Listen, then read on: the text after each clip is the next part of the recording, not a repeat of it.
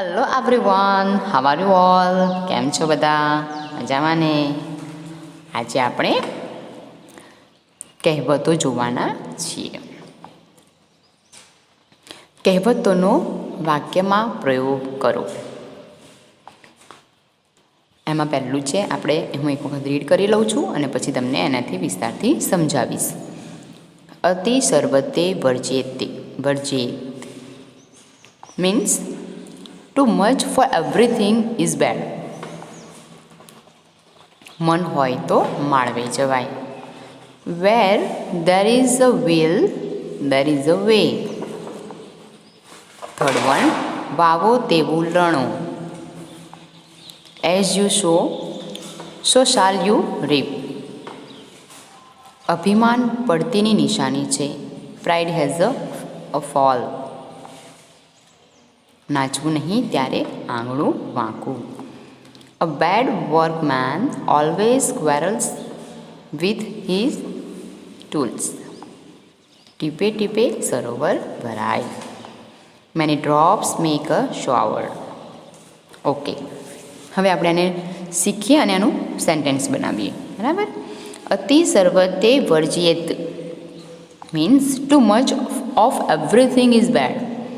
એટલે કોઈ પણ વસ્તુ જો વધારે પડતી થાય તો એ સારી નથી. ગુજરાતીમાં એવું કહેવાય.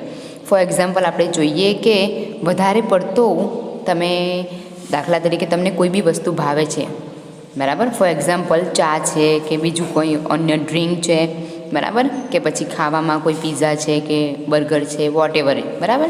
તો તમે વધારે પડતું જો ખાઓ છો, બરાબર, તો તમારી તબિયત ખરાબ થશે કે કેમ?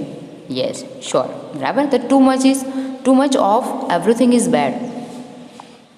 બરાબર? બધી જ વસ્તુ, કોઈ પણ વસ્તુ હોય, જો એ તમારે માટે, જો તમારામાં વધારે પડતી હોય તો એ આપણા માટે સારી કહેવાતી નથી. બરાબર? તો એવી જ રીતે સ્વભાવમાં પણ આપણે જોઈએ કે તમે કોઈની વધારે પડતા ઈર્ષ્યા કરતા હોય કે વધારે કોઈનું જોઈને દુઃખી થતા હોય તો એ પણ આપણા શરીર માટે કે આપણા માટે સારું છે નહીં. આપણું માઇન્ડ રફ થઈ જાય છે. બરાબર? એટલે એને લગતી છે અહીંયા અતિ સર્વત્ર વર્જેત. એટલે two much of everything is bed. અહીંયા જુઓ, સેન્ટેન્સ કંઈક આ રીતે છે. ભાઈ, તમારે ખર્ચ કરવામાં વિવેક રાખવો જોઈએ, કારણ કે અતિ સર્વત્ર વર્જ્યેત. બરાબર? કે તમારે અહીંયા એવું કહેવામાં આવે છે કે ખર્ચ પણ માપમાં જ કરવાનો. તમારે પગાર હોય 25,000 અને તમે મહિને 25,000 લાવતા હોય અને તમે મહિને 30,000નો ખર્ચો કરો તો એ વ્યાજબી છે? ના. એવી જ રીતે તમે હજુ તમને ફર્સ્ટ સ્ટાન્ડર્ડનું આવડતું ના હોય, બરાબર? ફોર એક્ઝામ્પલ છે હા, તો તમને જો ફર્સ્ટ સ્ટાન્ડર્ડનું લખતા વાંચતા ના આવડતું હોય અને તમે મોટા મોટા ચોપડા લઈને બેસી જાઓ, બરાબર, તમારા મોટા ભાઈ બહેનના, તો એ વ્યાજબી છે? ના. બરાબર? તો ભાઈ, તમારે ખર્ચ કરવામાં વિવેક રાખવો જોઈએ, સંભાળીને પૈસા વાપરવા જોઈએ. કેમ? અતિ વસ્તુ જે વધારે પડતી થાય છે એ આપણા માટે સારી હોતી નથી. બરાબર? ચલો હવે સેકન્ડ, મન હોય તો માળવે જવાય. Where there is a will, there is a way. Where there is a will, there is a way. Means શું કહેવાય? મન હોય તો માળવે જવાય. મીન્સ તમારી જો ઈચ્છા હોય તો તમે કશું બી કરી શકો છો. બરાબર? અહીંયા કહે છે તું જરૂર ડૉક્ટર થઈશ, મન હોય તો માળવે જવાય. ડૉક્ટર એમ જ થવાશે? ના. તમારામાં કંઈક ઈચ્છા જોઈશે ડૉક્ટર બનવાની, એ પ્રમાણેમાં તમારી આવડત જોઈશે, મહેનત જોઈશે. બરાબર? અને તમે વિચારો કે હા, હું આ બધું જ કરીશ અને તમે કરો પણ ખરા, બરાબર, તો જ તમે તમારું સક્સેસ જોઈ શકો છો. એટલે કે મન હોય તો માળવે જવાય. વાવો તેવું લણો. એઝ યુ સો, સો શાલ યુ રીપ. રાજુએ હવે પસ્તાવાનો કોઈ અર્થ નથી, કારણ કે વાવો તેવું તમે લણો. એવું હોય કે તમે બાજરી વાવી હોય, બરાબર, બાજરી ખેતરમાં કરી હોય અને ઘઉં ઉગે એવું હોય? ના. તો એવી જ વસ્તુ અહીંયા છે કે તમે તમારા સ્વભાવમાં જેવું છે, સારાપણું છે, તો તમે સામે સારાપણું આપો તો તમને સારાપણું સામે પાછું મળશે. બરાબર, એટલે જેવું વાવો તેવું લણો. જે તમે રોપ્યું હશે એ જ તમને એનું જ ફ્રૂટ મળવાનું છે. ફોર એક્ઝામ્પલ, તમે મેંગોનું ટ્રી રોપ્યું છે, બરાબર, તો સમય જશે એટલે મેંગોનું ટ્રી એટલે કે મેંગો આવશે ટ્રી પર, નહીં કે ચીકુ. બરાબર, એટલે જેવું આપણે વાવીશું એવું જ આપણે લણવાનું છે. ફોર્થ વન, અભિમાન પડતીની નિશાની છે. Pride has a fall. ભાઈ, તમારે પૈસાનું અભિમાન ન કરવું જોઈએ, કારણ અભિમાન પડતીની નિશાની છે. કોઈ પણ વસ્તુ પર આપણે કોઈ દિવસ અભિમાન કરવું જોઈએ નહીં. બરાબર, કેમ કે એ અભિમાન આપણું એટલું બધું આપણને નડી જાય કે ભવિષ્યમાં આપણે ખૂબ જ દુઃખી થઈએ. નાચવું નહીં ત્યારે આંગણું વાંકવું. A bad workman always quarrels with his tools. તમને એવું કહેવામાં આવે કે આટલું કામ કરી દો ને, જ્યારે આટલું લખી દો ને, તો તમે એવું કહો કે મને માથું દુખે છે, મને પેટમાં દુખે છે, વોટ એવર, પણ કંઈક બહાનું કાઢીને તમે છટકી જાઓ. બરાબર, કેમ? તમારે કામ કરવું નથી માટે.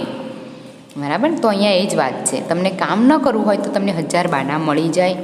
બરાબર, તો તું માથું દુખવાનું ખોટું બહાનું કાઢે છે. નાચવું નહીં ત્યારે આંગણું વાંકવું. તમને એવું કહેવામાં આવ્યું, આજ તમને સમજાવી દઉં કે જ્યારે તમને એવું કહેવામાં કે અહીંયા નાચો ને, તો તમને નાચતા ના આવડે એટલે તમે શું કહો કે આ આંગણું છે ને બહુ વાંકું છે, મને ફાવશે નહીં. બરાબર, એટલે નાચવું નહીં ત્યારે આંગણું વાંકું લાગે. કોઈ પણ કામ ના કરવું એટલે આપણને બહાના દેખાય, બહાના આપણે શોધતા હોઈએ. Bad workman always quarrels with his tools. ટીપે ટીપે સરોવર ભરાય. Many drops make a શોવર.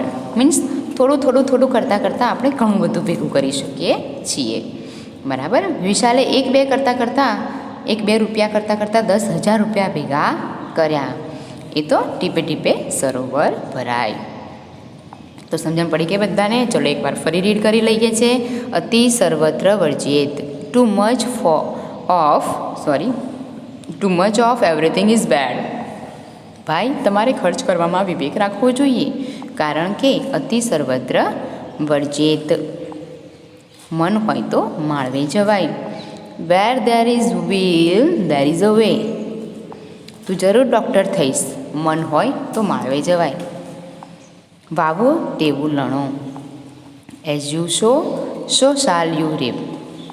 રાજુએ હવે પસ્તાવાનો અર્થ નથી, કારણ કે તમે વાવો તેવું લણો. અભિમાન પડતીની નિશાની છે. Pride has a fall. ભાઈ, તમારે પૈસાનું અભિમાન ન કરવું જોઈએ, કારણ કે અભિમાન પડતીની નિશાની છે. નાચવું નહીં ત્યારે આંગણું વાંકવું. A bad workman always quarrels with his tools. તું માથું દુખવાનું ખોટું બહાનું કાઢે છે. નાચવું નહીં ત્યારે આંગણું વાંકવું. ટીપે ટીપે સરોવર ભરાય. Many drops make a shower. વિશાલે 1-2 કરતાં 10,000 રૂપિયા ભેગા કર્યા. એ તો ટીપે ટીપે સરોવર ભરાય.